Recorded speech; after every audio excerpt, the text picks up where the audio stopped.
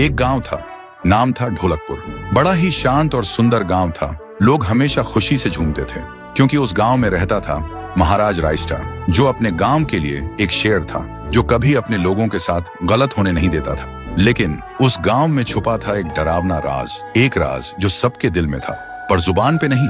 गांव के बीच एक सूखा हुआ पेड़ था जिसे लोग कहते थे श्रापित पेड़। ना कोई उसके पास जाता, ना कोई उससे आंख मिलाता। हर पूर्णिमा के अगले दिन उस पेड़ के नीचे एक लाश मिलती थी।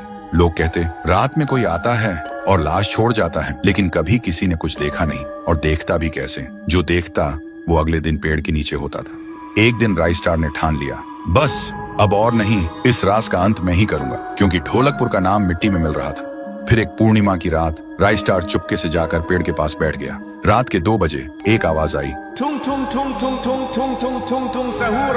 और फिर वो पेड़ भूत में बदल गया। वो भूत कुछ अजीब सा था, एक भयानक शैतानी हंसी वाला चेहरा, आंखें बड़ी बड़ी। वो पेड़ चल के एक घर के गेट को जोर जोर से खटखटाने लगता है। तभी एक आदमी डर के मारे आवाज सुन के बाहर निकलता है। वो भूत अपने लकड़ी जैसे हाथ से एक ऐसा थप्पड़ मारता कि उसकी सांस वहीं थम जाती है, और उसी जगह उस लाश को ले जाता है और वापस फिर से पेड़ बन जाता था। देखते ही रायस्टार का दिल कांप जाता है, पर वो कुछ बोलता नहीं।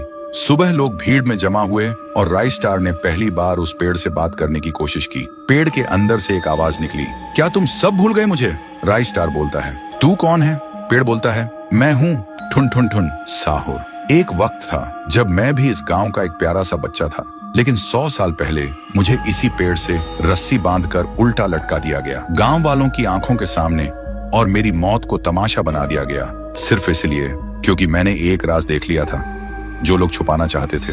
और उसी पल से मेरी रूह इस पेड़ से जुड़ गई। उस दिन से मैं इंसान नहीं, एक सज्जा बन गया, और हर पूर्णिमा में एक राजदार को चुनता हूँ और फिर उसे उसकी खामोशी का हिसाब देता हूँ। रायस्टार बोलता है, लेकिन अब तो वो लोग मर चुके हैं ना, जो तेरा कसूरवार थे। अब तू मासूम लोगों को क्यों मार रहा है? पेड़ कुछ देर चुप रहता है, फिर बोलता है, ठीक है, बस एक बार मुझे याद करो, एक दिया जला दो, फिर मैं कभी किसी को नहीं मारूंगा। फिर रात में सब लोग आते हैं, एक एक दिया जलाते हैं, और तभी पेड़ अपने आप से आग पकड़ लेता है, और आखिर में मुक्ति मिलती ठुन ठुन ठुन साहुर को। उस दिन के बाद गांव में कभी कोई लाश नहीं मिली। हर पूर्णिमा में लोग एक दिया जलाकर उसकी यादों को जिंदा रखते हैं, क्योंकि अगर भूल गए तो सपने में एक आवाज सुनाई देती थी, tung tung tung tung tung tung tung tung tung सहूर।